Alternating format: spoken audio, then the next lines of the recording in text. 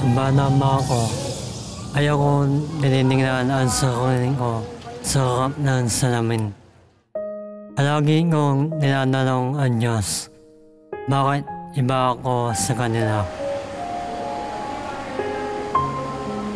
Kasama sa atin ng iba, despacito ating office. Kasama sa atin ng iba, despacito ating office. Rojan? Rojan?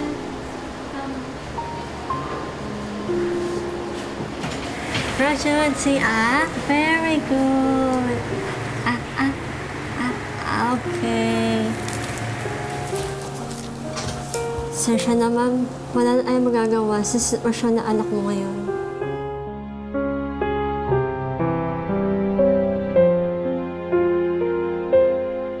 Kala ko, kami pinabayaan at kinalimutan ng Diyos.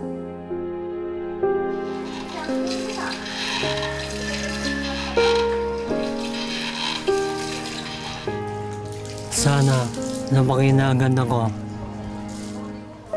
Baka mabigyan ko ng merang nanay ko para di na kami mahirapan.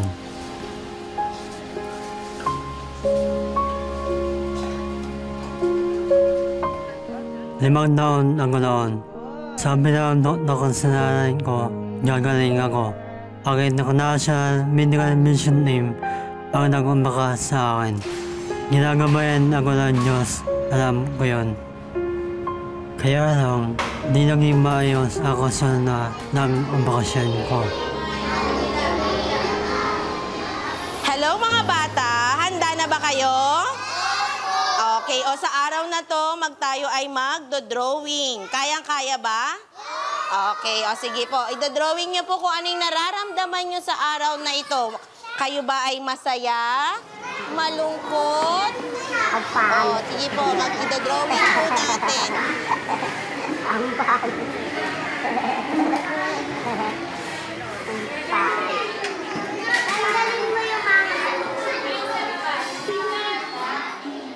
Di ba rin malinaw ang magsasalita ako? Di ba rin ako makakanta?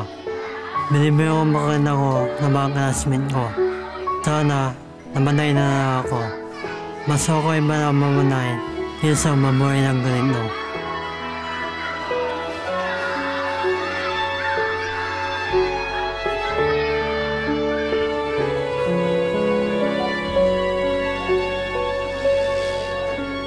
Ayon sa doktor na NSF, ang ambakasyon ng bigot ay hindi lang isang ambakasyon, kundi napakahabang proseso. Nakambakan ako ng 3 beses at tinukuhan ako ng tamang magsasalita. Maayos na ako ngayon. Sana na lang, wala nang banang may bigot na katulad ko ang di agad mamarakan dahil sa kayakapan. Namimas ang panahon na dapat magawa na sila at hindi manokso dahil sa bigot. Sana lahat ng mabigot ay maging masaya.